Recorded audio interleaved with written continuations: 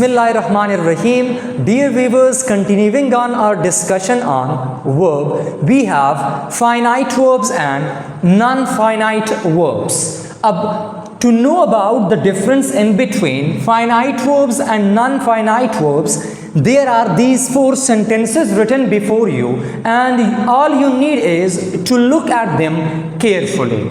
I went to watch a movie yesterday. He has gone to watch a movie. They have gone to watch a movie. They will go to watch a movie tomorrow. Ab look at these sentences carefully. In the very first sentence, the subject is I. और यहाँ पे go and went verb की second form है. And why is second form written? Because of this word yesterday. इसी तरह यहाँ पे second sentence में और सब्जेक्ट इज ही, तो यहाँ पे उसके बाद this auxiliary is written and then watch a movie. इसी तरह वर्ब की भी फॉर्म चेंज हुई है, यहाँ पे गॉन आया है. In the next sentence the subject is they and then the auxiliary is not has, it is have. And उसके बाद gone to watch a movie and then the subject is again they will go to watch a movie tomorrow. अब यहाँ पे tomorrow का word है which represents future, तो future है तो यहाँ पे auxiliary जो है वो future का लिखा गया है. अब remember there is this point कि कोई भी ऐसा verb यानी those verbs which changes its according to the tense and subject are finite. हर वो वर्ब जो कि टेंस और सब्जेक्ट के अकॉर्डिंग चेंज होता है वो हमारे साथ कहलाते हैं फाइनाइट वर्ब्स, यानी verbs which changes its form या which changes according to the tense and subject are finite. जबकि इन्हीं सेंटेंसेस में टू वॉच, इसी तरह to watch and to watch. This remains same. Why? It is because 2 plus base form of the verb यानी first form of the verb ये हमारे साथ कहलाता है infinitive. तो जितने भी आपके साथ नॉन फाइनाइट वर्ब्स हैं they do not change according to the tense and subject and they are infinitives, gerunds and participles. You will get a separate lecture on non-finite verbs. As far as this session is concerned, we will totally be talking about finite verbs. These finite verbs are then divided into 2 categories, transitive and intransitive verb. Transitive verbs and intransitive verbs में differentiation करते हुए students mostly गलती कर जाते हैं. It is very much easy to understand that what do we mean by transitive or intransitive verb. transitive verbs की अगर बात की जाए so they need a direct object, and direct object या तो उनके साथ noun आता है या फिर pronoun आता है, while intransitive verbs do not need no direct object. Over here any direct object is not needed. अब यहाँ पे if the verb answers who or what, अगर वर्ब के बाद who या what का आंसर आपको मिलता है so remember that it is a transitive verb. कैसे? इन एग्जाम्पल्स को देखे. फॉर एग्जाम्पल इफ आई से अकमल किक्स, इसी तरह if in the next sentence I से अकमल स्लेप्स. अब इस साइड को फॉर अ मोमेंट हिडन रखें. अब सी अकमल किक्स, अब आपके माइंड में क्वेश्चन आता है व्हाट. इसी तरह अकमल स्लेप्स तो आप कहेंगे हु या हुम. अब यहाँ पे हु या हुम या व्हाट को आंसर करने वाले जितने भी वर्ब्स हैं दे आर ट्रांजिटिव, जबकि यहाँ पे हु और व्हाट का आंसर आपको नहीं मिलता एंड ये आपके साथ इंट्रांजिटिव होते हैं. The second thing to understand is this trans within the title. It means transfer. So transfer of action onto any other body, something or somebody. जबकि यहाँ पे intransitive का मतलब क्या बन जाएगा? That there is no transfer of action to any other person or any other thing. अब see, transitive verbs describe in action that is happening to something or someone. जबकि यहाँ पे अगर आप देखें these intransitive verbs describes an action that doesn't happen to something or someone. अब सी इन examples को देखे, I arrived late, या फिर second example is I cannot believe our dog ran away. अब सी दोनों एग्जाम्पल्स में there is no transfer of action involve. I arrived late का मतलब है that each and everything is related to myself only. अब see there is no transfer of action and there is no direct object involve. So over here this arrived is intransitive verb. इसी तरह I can not believe our dog ran away. अब over here there is no transfer of action onto any other body or any other thing, only there is this statement. So ऐसे verbs जिनको direct object की ज़रूरत होती है and which are those verbs which lets us know about whom or what, they are called transitive, while on the other hand intransitive verbs are those which do not need a direct object and which do not answer whom or what. अब I hope यहां तक clear है.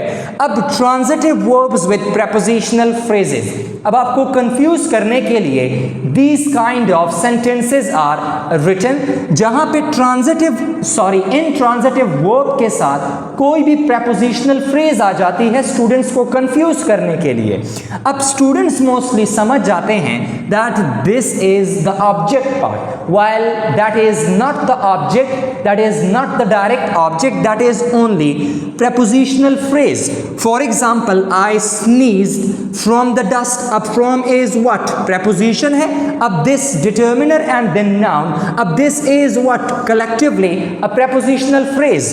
तो यहाँ पे ये intransitive verb है. There is no transfer of action onto any other body or any other thing. I sneezed. Only the subject is talking about himself or herself. So in such conditions it is intransitive. यहाँ पे इस चीज से खुद को confuse नहीं करना. इसी तरह if I say the baby is sleeping in our room, अब sleeping is intransitive verb. In our room is not the object of this verb, rather it is a prepositional phrase written with intransitive verb. So ऐसे conditions में you are not supposed to confuse yourself with such phrases, with such prepositional phrases. They are not the direct object of this verb, rather they are only prepositional phrases. अब हम बात करते हैं monotransitive की and डायट्रांजिटिव verbs की. अब this monotransitive and ditransitive confused many students in their nums test. आपके nums के टेस्ट में मोनोट्रांजिटिव एंड डायट्रांजिटिव ने आपको परेशान किया. अब मोनोट्रांजिटिव का मतलब क्या है कि any verb या a verb that acts upon a single object, कि यानी कोई भी verb जिसको सिंगल ऑब्जेक्ट की जरूरत होती है या जो टोटली डिपेंड करता है on a single object, so that verb is called monotransitive. यानी a verb which totally depends on or which acts upon a single object, while on the other hand verbs taking both direct object and indirect object. अब monotransitive में ये जो verb का direct object होता है single object, ये verb का direct object कहलाता है. जबकि ditransitive में आपके साथ verb के साथ direct object भी include होता है और साथ ही साथ में indirect objects भी include होते हैं. अब सी एग्जाम्पल से हम इसी मोनोट्रांजिटिव एंड डायट्रांजिटिव के कॉन्सेप्ट को अंडरस्टैंड करेंगे.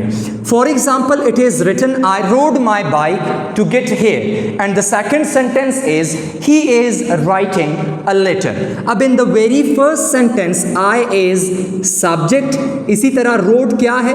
मेन वर्ब है आपके सेंटेंस का, and then my bike is written. अब सी टू गेट हियर, अब this is the only object of this main verb. So यहां पे यही सिंगल ऑब्जेक्ट आपके मेन वर्ब का डायरेक्ट ऑब्जेक्ट भी कहलाता है. सेकेंड सेंटेंस को देखें, he is writing a letter. अब he is the subject over here and is what auxiliary verb है आपका, एंड इसी तरह राइटिंग आपका मेन वर्ब बन जाएगा। अब a letter is a single object over here, और यही सिंगल ऑब्जेक्ट इस मेन वर्ब का डायरेक्ट ऑब्जेक्ट कहलाता है। अब इस साइड पे एग्जांपल्स को देखें। I give Akmal a pen. अब इस एग्जांपल को अंडरस्टैंड करते हैं। I give Akmal a pen. अब I is over here the subject. अब see give. अब दिया किस चीज को जा रहा है? A pen को. So a pen is the direct object of this verb give. जबकि पेन दिया किसको जा रहा है? अकमल को. And Akmal is indirect object of the verb give. Sentence को दोबारा से देखें। I give Akmal a pen. अब the pen is the thing कि जिस पे डायरेक्ट एक्शन क्या हो रहा है? अप्लाई हो रहा है इस वर्ब का, गिव का। अब गिव इज और पेन दिया किस चीज, किसको दिया जा रहा है? अकमल को। So Akmal becomes the indirect object while a pen becomes the direct object over here. इसी तरह he teaches English to the students. अब he is the subject and teaches over here is main verb. अब यहां पे पढ़ाया किसको जा रहा है? टू द स्टूडेंट्स को, यानी द स्टूडेंट्स को। So the students become the direct object, जबकि उनको पढ़ाया क्या जा रहा है? English. So it becomes the indirect object. English becomes the indirect object of the verb teaches. अब यही single verb teaches और यहाँ पे ये single verb gave. They are ditransitive.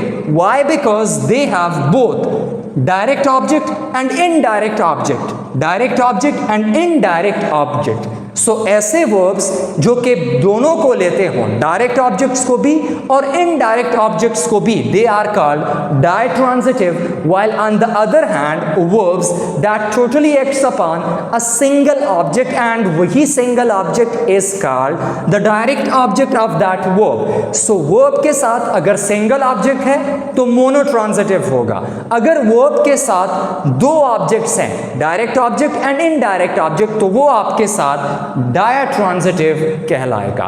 I hope this point is clear. Then we have ambitransitive or ergative verbs. अब ambitransitive और ergative words का मतलब है कि यही action verbs जितने भी हैं, they sometimes acts as both transitive and intransitive, and it totally depends upon the context of the sentence. Context को देख के, सेंटेंस की मीनिंग को देख के हम ये आइडेंटिफाई करते हैं whether the written action verb over there is transitive or intransitive. अब see, action verbs can both be transitive or intransitive depending on the context of a sentence. Sentences आपके सामने लिखे हैं this. He eats before going to work, and then in the next sentence it is written he eats breakfast before going to work. अब in the first sentence only eats is mentioned, जबकि second sentence में breakfast is mentioned to clarify this verb eats. अब see, यहाँ पे this thing is added is a direct object to it.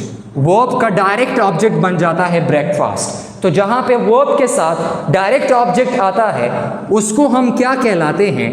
Transitive verb. And जहां पे verb के साथ direct object involve ना हो वो आपका बन जाता है intransitive verb. In the next sentences, I have been trying to read more, and the last one is I have been trying to read more books. अब यहां पे read के बाद more लिखा है। Read more what? यहां पे अगर व्हाट का आंसर नहीं दे रहा तो इट मीन्स के over there this read is intransitive, जबकि यहां पे रीड मोर बुक्स है। So over here this book is the direct object of this verb read, तो यहां पे ये बन जाता है read transitive.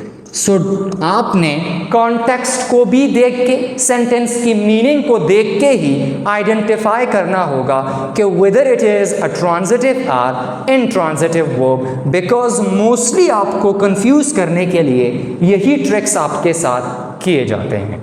And as far as the non-finite verbs are concerned, they will be discussed in a separate session. Thank you.